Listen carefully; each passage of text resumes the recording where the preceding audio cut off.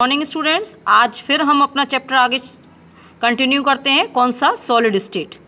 तो कल मैंने आपको क्या बताया था? ब्रेवियस जालक पढ़ाया था, जिसमें कितने थे हमने बताया था। आपका जालकों की संख्या कितनी बनती थी? 14। आज हम उसको आगे कंटिन्यू करते हैं। आज हम पढ़ेंगे एकक कोष्टिका में अवयवी कणों की संख्या की गणना के नियम। क्या? दोबारा से सुनिए। एकक कोष्टिका में अवयवी कणों की संख्या की गणना के नियम। Rules for the calculation of number of particles in unit cell. तो आप इसको देखिए, समझिए। देखिए, मैंने आपको बना रखा है फलक केंद्रीय। फलक केंद्रीय मैंने आपको क्या समझाया था कि कोनों में तो 8 हैं ही हैं, और ईच फेस पे एक एक पाया जाता है। तो देखिए, फलक केंद्रीय है। कोने दिख रहे हैं आपको, कोनों में दिख रहे हैं, और ये देखिए बीच में पाया जा रहा है। एक इस फलक पे पाया जा रहा है, एक इस फलक पे पाया जा रहा है, एक इस पे, और बाकी अंदर नीचे वाले दिख नहीं रहे हैं। ये है आपका अंत केंद्रीय। अंत केंद्रीय मतलब एंड सेंटर्ड, यानी कि 8 कोनों पे पाया गया है, और बाकी कहाँ पाए गए आपके? एक ऊपर वाले पे और एक नीचे वाले पे, जो आपको एग्जैक्टली नहीं दिख रहा है। ठीक है, तो इसमें अब आ जाइए आप। अब हम इसको पढ़ेंगे, इसका नियम जो भी है, यानी कि आपका अंत है घनीय एकक कोष्टिका में अवयवी कणों की संख्या किस नियम अनुसार करी जाती है? तो ये देखिए, कोनों पर सहभाजित। हमने आपको जैसे बताया कि अगर पूरा कोई बन रहा है तो क्रिस्टल सिस्टम एक नहीं होता, उसमें कई सारे क्रिस्टल सिस्टम है। सबसे पहले क्या है? Unit cell. यूनिट सेल से क्या बना? आपका पूरा क्रिस्टल बना, और कई सारे क्रिस्टल से एक क्रिस्टल सिस्टम बना। उसके अंदर तो हम क्या होगा, जो हर एक कोने का जो कण है, चाहे वो अणु है, चाहे परमाणु है, चाहे आयन है, वो सिर्फ उसी क्रिस्टल का नहीं होता, वो औरों से भी क्या करता है? सहभागिता या भागीदारी करता है। तो किस तरह से करता है? देखिए, कोनों पर सहभाजित अवयवी कणों का योगदान एक क्रिस्टल के लिए कितना है? 1/8। यानी इसका मतलब है वो बाकी 8 से जुड़ा हुआ है। इसको आप इमेजिन कर सकते हैं। कैसे इमेजिन करेंगे? देखिए, इसको समझिएगा अच्छे से। देखिए, ये कोने हैं। इस कोने पे अगर हम कह रहे हैं तो देखिए, ये वाला किससे लिंक हुआ है? इधर वाले से। ठीक है, इधर वाला किससे लिंक हुआ? इधर वाले से। 2। ठीक, उसके बाद नीचे वाला देखिए 3। ऐसे ऊपर भी एक लगा होगा, तो 4, 5, 6, 7, 8। कैसे? देखिए, मैं आपको समझाती हूँ। इसको समझने की कोशिश करिएगा। अगर आपकी ये चीज़ समझ में आ गई तो आपको सब चीज़ अच्छे से समझ में आ जाएगी। इसलिए इसे ज़रा अच्छे से समझिएगा। देखिए, ये आपको मैं इस तरह से रख रही हूँ, इसको हम इससे जोड़ रहे हैं इस तरह से।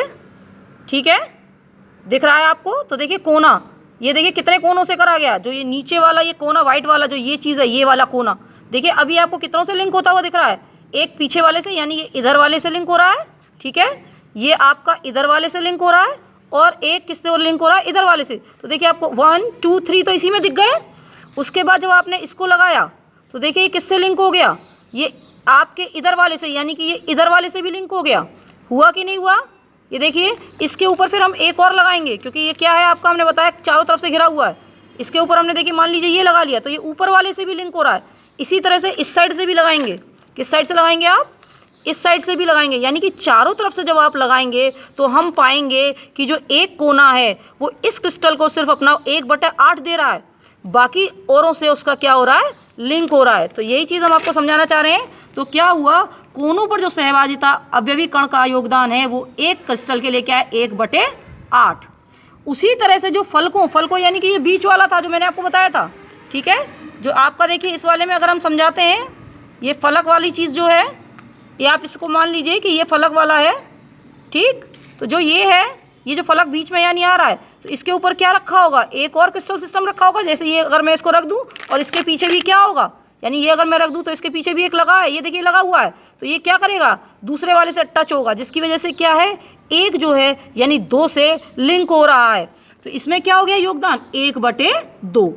इसी तरह से आप देखिए, किनारों पर सहभाजित अवयवी कण का योगदान, ठीक है, 1/4।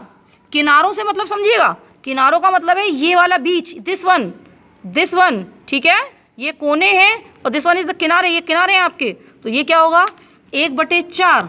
उसी तरह से आपका नेक्स्ट है केंद्र पर सहभाजित अवयवी कण। केंद्र से मतलब है इसके बीचों बीच जो अंदर पाया गया होगा। जैसे मैंने आपको एक खोल के दिखाई थी माचिस। ठीक है, माचिस के अगर बीचों बीच कुछ पाया जाता है, माचिस के अगर बीचों बीच कोई होता है तो वो सिर्फ इसी का होगा और किसी से अटैच नहीं होगा। तो वो क्या है आपका? उसका योगदान कितना है? 1। तो यानी कहने का मतलब अगर हम इसमें देखें तो आपको बता रहे हैं घनीय में। किसमें? घनीय मतलब आपका क्यूब। तो क्यूब के अंदर क्या हो गया?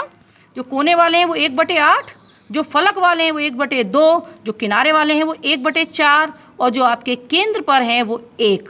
अब आ जाइए आप षष्ठकोणीय एकक कोष्टिका के संदर्भ में सहभाजित अवयवी कणों की संख्या का मान नियमानुसार होता है। वो कैसे होता है? कोनों पर सहभाजित, ये किसका है? षष्ठ यानी 6। तो 6 आप समझ सकते हैं। 6 को मैं आपको बता के दिखाऊं। देखिए 6 का आपको मैं बता के दिखाती हूँ एक, कि 6 वाले में किस तरह से होगा। ये आप इधर देखिए 6 वाले में 6 यानी षष्टक, यानी कि आपका हेक्सागोनल। तो ये आपका हेक्सागोनल मैं बना रही हूँ आपके लिए। हेक्सागोनल ये आपका बन गया हेक्सागोनल, ठीक है। हेक्सागोनल पे देखिए 1 2 3 4 5 और 6। इसके अंदर 8 नहीं होते कोने में, कितने हुए? 6, क्योंकि इसका कितने हैं? 6 हैं। तो ये क्या हुआ आपका 1 2 3 4 5 6। तो ये बाकी किससे लिंक होंगे? 6 से। तो आप मेरे ख्याल से इस बात को समझ चुके होंगे कि हेक्सागोनल में कितना होगा, ठीक है। तो इसको भी समझने के लिए आपको बना के घर पे खुद चेक करिएगा।